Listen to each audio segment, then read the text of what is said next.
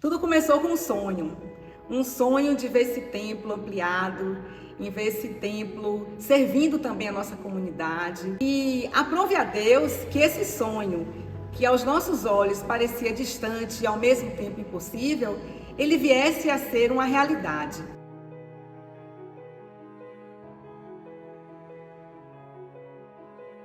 Eu fico muito emocionada quando passa-se um filme na nossa mente, né? Quando a gente lembra de todo o processo, de toda a caminhada, para ver esse templo hoje, como ele está. A gente também não imaginava que Deus tinha tanta coisa boa para fazer com a igreja, porque o dinheiro que a gente tinha, mesmo juntando, era tão pouco. Mas o amor dos irmãos, a dedicação de cada um, foi juntando e a gente foi fazendo, e Deus abrindo as portas e a gente conseguindo as coisas que a gente precisava. Quer dizer, o sonho começava a virar realidade.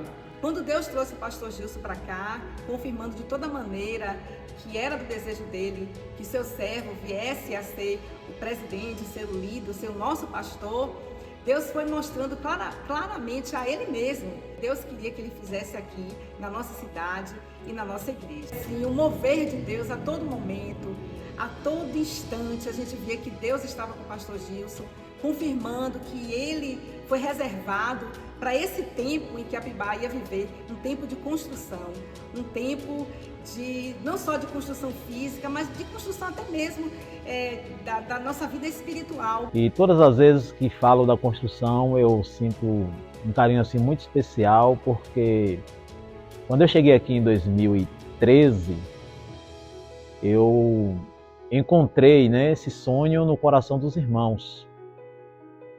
E para mim, naquele momento, este sonho passou também a ser meu sonho. E então passamos a orar, passamos a buscar de Deus uma orientação para o que deveríamos fazer e como fazer, porque a gente não tinha ideia ainda do que seria feito. E Deus foi conduzindo todas as coisas.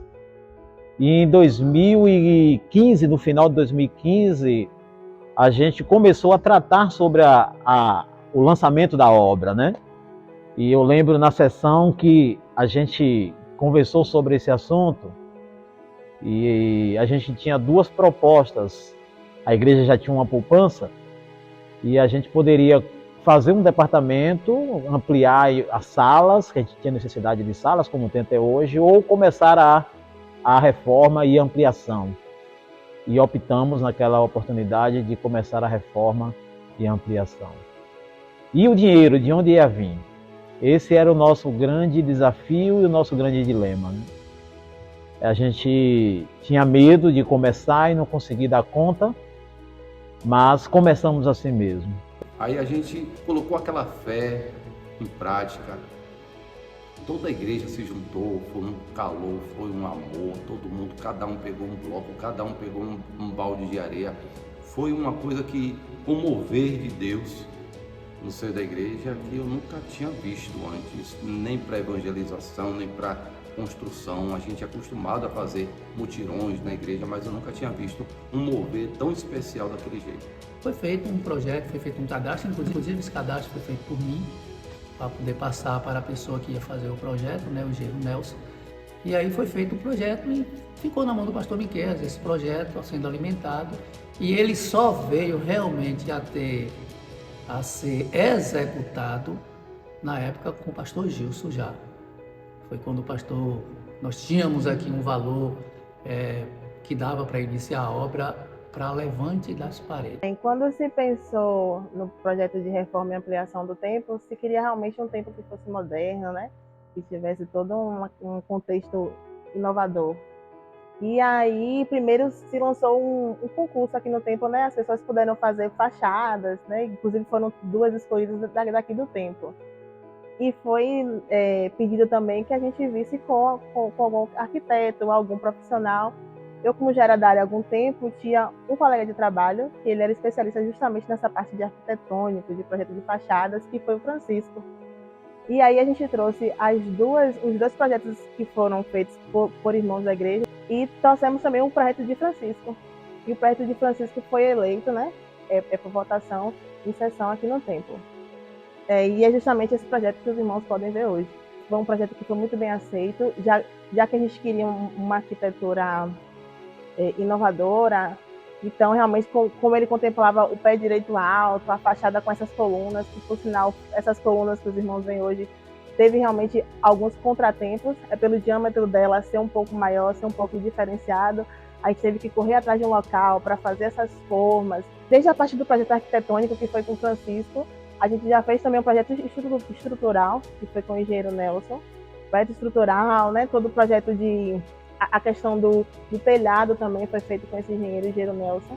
Quando a gente colocou a pedra fundamental, foi o momento mais emocionante. A gente sabia que, enfim, a construção ia acontecer. E se desfazer daquele tempo velho, muita gente sofreu, muita gente chorou por se desfazer do tempo velho, mas era também uma mudança, algo bom, algo que Deus tinha programado para a vida da igreja. Pôr a mão na massa, foi massa, foi muito bom. Poder presenciar e fazer parte disso, eu acho que é algo bastante motivador e valoroso de se fazer. Eu lembro de que, pelo menos por mim e alguns jovens, a gente geralmente estava ajudando em tudo, seja para colocar um bloco, uma brita, uma areia, e de certa forma ainda era engraçado, né, que a gente acabava se divertindo nesses momentos, né? A gente ajudava e se divertia. E era bonito, porque a gente via o significado também de igreja nesses momentos, de que quando a gente colaborava, né, muitos chegavam cansados do trabalho, já desciam na frente da igreja e vinha. Aí tinha sempre um lanche, né? Não podia faltar, né? Um lanche que Alberto mandava do mercado para cá, e a gente terminava aqui todo sujo, mas já vislumbrando, né, do que a igreja poderia se tornar mais à frente. A gente já sonhava, já via ela tomando sua forma. E o tempo de construção foi um tempo de muito aprendizado, de muito crescimento para mim como pastor e para toda a igreja. Claro, tivemos muitos desafios, tivemos problemas, tivemos os sambaletes, né? Não podemos descrever os detalhes, mas tivemos os sambaletes.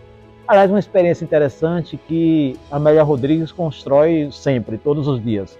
Mas eu nunca vi dizer que o CREA viesse aqui fazer uma fiscalização. Mas na nossa construção o CREA apareceu. Mas chegou aqui e estava tudo em ordem, tudo direitinho. Porque Deus estava conduzindo todo o processo. O tempo ganhou forma, aí que a emoção ficava mais forte, porque a gente via que não tinha nada a ver com aquilo que a gente congregava antigamente. Era um templo novo, a gente só queria reformar. De repente a gente estava com um templo novo construído e a gente via que aquilo não tínhamos condição de fazer, não era normal para a nossa igreja fazer aquilo. Então a gente glorificava mais a Deus ainda, que a gente sabia que era um agir de Deus no meio da igreja. A gente sonhava, mas a gente não imaginava que Deus sonhava tão mais alto do que a gente na construção desse templo. Tudo que trabalhou aqui foi inspirado, foi colocado por Deus. Não posso deixar de citar irmão Edivaldo, né, que foi o empreiteiro que começou, né, com a gente aqui desde a fundação, o levante das paredes, né? Francisco, com o projeto, que desde que a gente conversou com o Francisco, ele entendeu imediatamente o que a gente queria, a proposta que a igreja queria fazer para o projeto. O engenheiro Nelson, que foi quem assinou essa obra, que foi quem fez esse telhado, que foi realmente um milagre, né? A gente só achava valores exorbitantes de telhado, e Deus, assim, nos deu o telhado por um valor que a igreja tinha naquele momento. A obra realmente ela teve muitos desafios, mas Deus ele nos acompanhou durante todo esse percurso, e sempre a gente tinha o valor do serviço. Nunca faltou, a gente nunca precisou ficar devendo a ninguém. O irmão Belmonte estava sempre presente na obra, olhando as coisas, apesar de suas limitações, ele estava sempre aqui ajudando naquilo que podia. Paulo, esposo da irmã Gisele, eletricista, e que fez toda a instalação elétrica para a gente, daqui do templo, né? Ele fez todo o projeto, nós tivemos a ajuda de Jonatas, que é a empresa de iluminação, e Deus abençoou de tal forma que Jonatas também pôde ajudar nas escolhas da luminária, e foi muito bom. Também a pessoa que foi indicada para a empresa que foi indicada para colocar o forno na nossa igreja foi de uma irmã que está acostumada a fazer serviço com esse fim, né, com isolamento térmico acústico.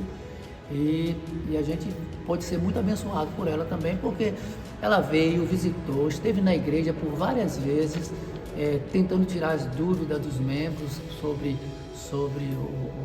o forro da igreja, para que a gente não ficasse com nenhuma dúvida. E realmente o forro foi colocado um forro padrão, né, um padrão muito bom. A gente não tinha problema em se reunir em outro lugar, a gente se reuniu aqui na igreja quando não tinha nem telhado direito, a gente fez culto a céu aberto, a gente fez em escola.